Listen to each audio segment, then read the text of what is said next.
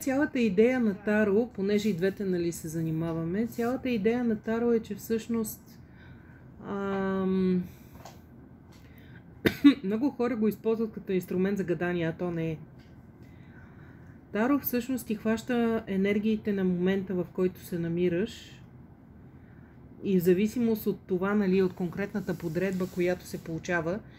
Като казвам Таро, нали, имам предвид комбинациите от Таро и оракули, защото аз работя с много такива. Те напоследък се увеличиха рязко.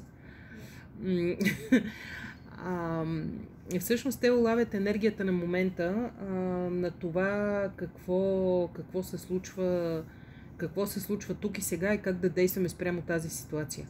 Спрямо това, което ни вълнува, на къде можеш да тръгнеш, на къде нали, можеш да придвижиш ситуацията. Ако някой чрез Таро или чрез карти се опитва да ви каже какво ще ви се случи след 5 години, няма как да стане този филм. Общо взето, то ти изяснява картинката на момента и ти дава няколко опции за това евентуално какво можеш да направиш. Оттам нататък всичко зависи от тебе, защото в крайна сметка ние живеем в крайно динамичен свят и решенията зависят от нас и ние решаваме на къде и как ще ги задвижиме. Решенията, които имаме да вземаме. Просто Таро може да се използва като инструмент, който ни помага по някакъв начин и който ни дава някаква допълнителна евентуална информация, но в никакъв случай като предсказател на бъдещето. Така че общата идея е това, нали? Ето имаме един много архетипен оракул, крайно специфичен, който е супер. Аз имам едно Таро, което е келтско Таро с келтски божества. С него не работя, защото то ми беше подарено всъщност от жената, която първа ми го набута това нещо в ръцете и ми каза: ти с това ще се занимаваш. Ма викам аз: не искам, няма не дей, нали ти това. И така, обаче тя почина скоро след това и аз просто затова не работя с него. Иначе имам ни безкрайни количества всякакви оракули. Значи това беше на жените медицина. Отделно имам един оракул на женски образи и архетипи от най-различни митологии. Имам класическото Таро, което е тук. Какво имам още? Билково Таро имам. Имам и аз едно архетипно по юнгианските архетипи, един оракул. Имам един магическо вещерско оракулче, едно маничко. Имам Таро с котки, което има 2 допълнителни големи аркана. Много готини. То ми е ново. Вече забравям нещо. Имам чувството. Да, тези новите, шаманския оракул и алхимичния оракул на земята. Не съм имала време да ги разгледам още. Просто днеска ще ги зареждаме само. Това е просто... Таро и картите не могат да ви предскажат бъдещето. Това за мен е много важно да се знае и да се запомни. То просто може да ви изясни по някакъв начин някаква дадена ситуация.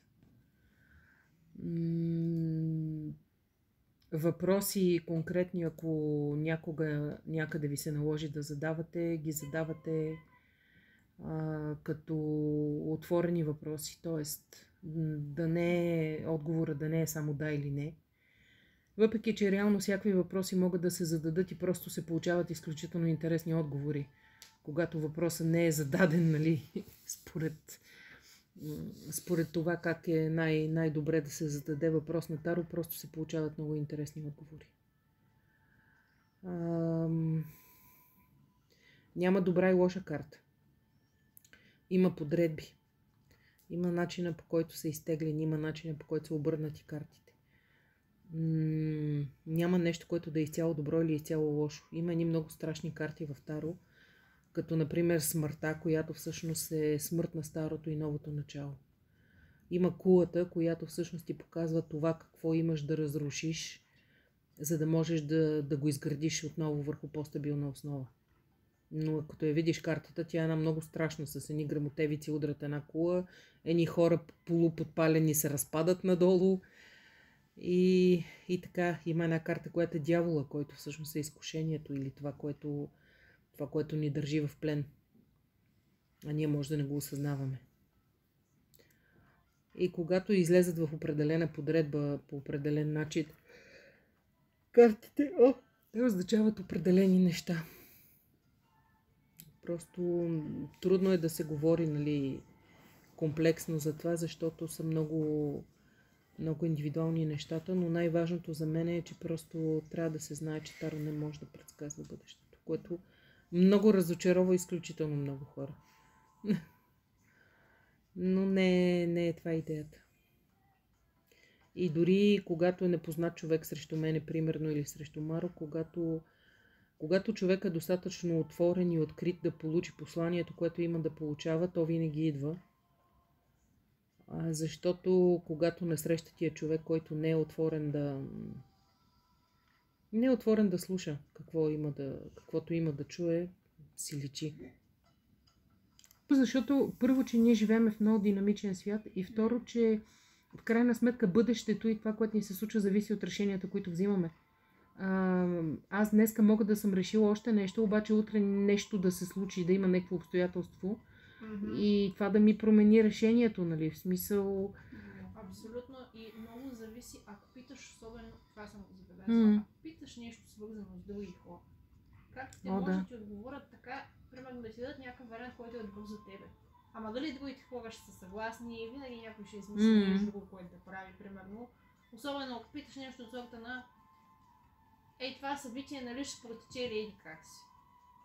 Те ще отговорят, примерно, как би протекло за тебе, ама някой човек може да реши, примерно, да не дойде или пък да се отложи за по-нататък. И съответно, въпросният отговор да не ти е за сега, ами за някаква друга следваща ситуация, някакво друго събиране, което го правите след това. Това ми се е случило на мен. И е такива неща. Така че не е задължително да става точно така и понякога има много тълкования. Да, е много добър подход. Да. Изключително правилен подход е това. И така решава. Да. Е изключително правилен подход, когато задаваш въпроси на картите и за да не им зададеш въпроса да или не, т.е. да го направили или не.